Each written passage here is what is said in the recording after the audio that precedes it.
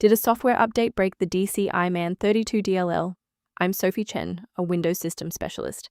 Let's fix the library mismatch and get Display Control Interface Legacy running again. Before we walk through the dciman32 troubleshooting, you can access a utility focused on providing a clean system environment.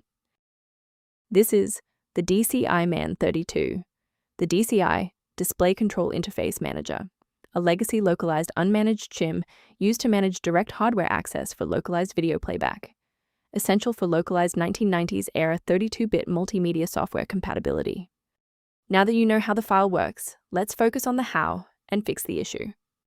dciman32 is commonly included with older game runtimes. Install the Microsoft DirectX end-user runtime to restore DirectX-based components, then update your GPU drivers if the file is tied to OpenCL, OpenGL, or CUDA.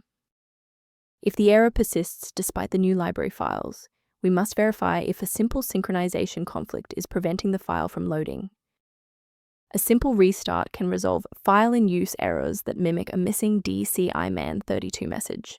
It's a low-effort step that ensures your operating system starts with a clean execution stack. Don't forget to bookmark the video or give it a like before you restart. It's the fastest way to jump right back into this tutorial after the reboot. Restarting doesn't always catch everything. If you're still having trouble, let's try this next step together. And if you need to pause the video, I'm not going anywhere.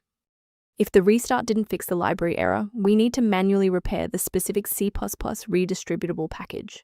First, go to Control Panel, then select Programs and Features. Second, find every Microsoft Visual C++ redistributable, 2005 through 2022. Third, right-click each and select Change, then select Repair. If that fails, download the latest all-in-one VC++ redistributable package from Microsoft's website. Please note that for DLL files with numbers, the number tells you which version to repair. For example, 120 equals 2013. While we've identified the fix, it's vital to discuss how to keep your environment secure from common threats.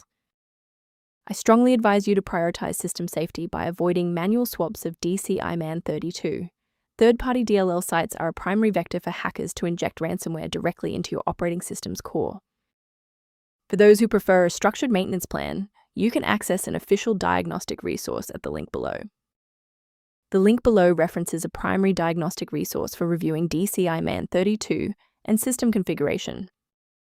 I hope this walkthrough provided the clarity you needed to fix dciman32. Please like the video to support the channel and subscribe for more system-level tutorials.